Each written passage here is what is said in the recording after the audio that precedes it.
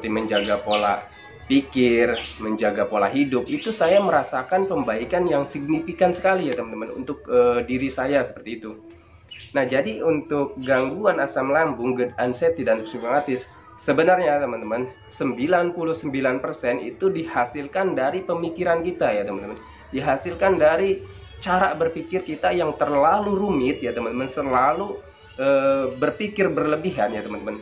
Untuk misalkan kalau ada masalah kecil ya, yang seharusnya itu sepele ya teman-teman, itu dipikirkan dengan cara berlebihan itu ya. Nah, itu seperti itu ya teman-teman. Kalau misalkan teman-teman itu memikirkan sesuatu ataupun masalah yang sangat kecil, seharusnya sangat kecil, itu teman-teman itu dipikirkan dengan cara berlebihan ataupun dipikirkan dengan terlalu berat ya teman-teman, itu akan menjadi apa ya, menjadi beban ya ke hidup kita. Itulah disitulah dari pencernaan ataupun asam lambung kita itu berpengaruh ya teman-teman, akhirnya menjadi perut kita itu tidak nyaman, yaitu yang misalkan asam lambung itu tidak normal lalu naik ya teman-teman.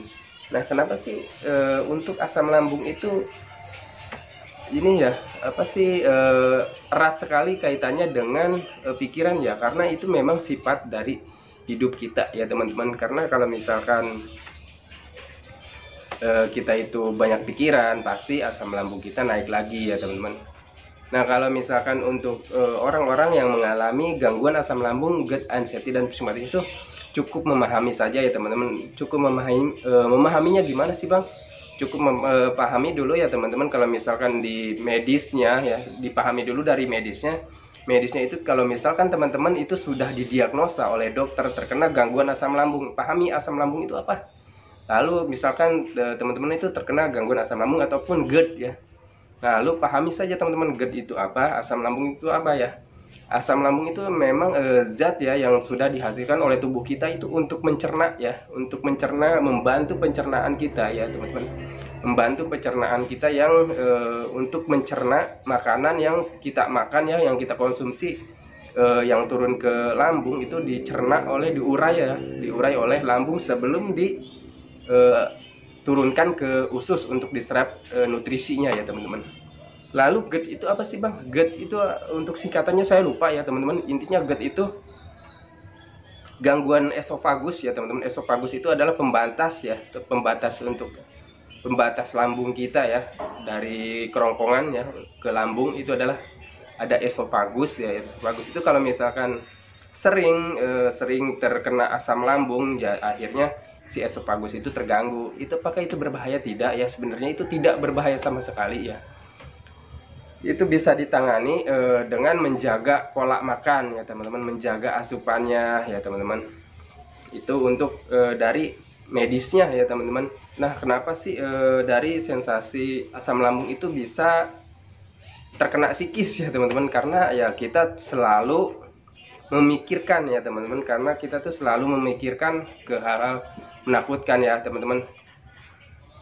Misalkan ya teman-teman, untuk kalau misalkan teman-teman itu terlalu sering ya teman-teman, kalau misalkan teman-teman itu terlalu sering memikirkan hal yang menakutkan ya, hal-hal yang sangat tidak nyaman di tubuh kita, itu selalu sering nyampe misalkan sebulan, 2 bulan, 3 bulan ya, dan seterusnya. Jadi tubuh kita itu jadi sensitif teman-teman ya. Tubuh kita itu jadi waspada, akhirnya tubuh kita itu jadi sensitif.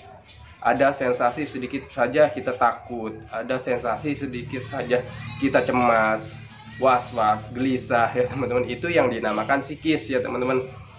Karena kenapa kita bisa terkena psikis, ya itu tadi ya teman-teman, karena kita terlalu sering memikirkan hal-hal yang menakutkan. Karena di diri kita itu ada trauma ya teman-teman. Trauma terhadap di awal-awal terkena gangguan asam lambung, GERD, anxiety, dan psikosomatis itu rasanya luar biasa ya teman-teman. Rasanya seperti mau mati ya teman-teman, seperti itu ya teman-teman. Jadi hal yang kita takutkan itu selalu dipikirkan ya teman-teman. Setiap harinya selalu dipikirkan. Bahkan setiap menit ataupun setiap detiknya itu selalu dipikirkan ya teman-teman. Dan jangka ataupun durasinya itu sangat lama sekali ya teman-teman. Mungkin berbulan-bulan ya, bertahun-tahun ya teman-teman. Nah, lalu gimana sih bang cara mengatasi agar kita itu tidak selalu memikirkan sensasi, tidak selalu memikirkan hal-hal yang menakutkan ya di diri kita, itu hal-hal penyakit-penyakit yang menakutkan, yang sangat kita takut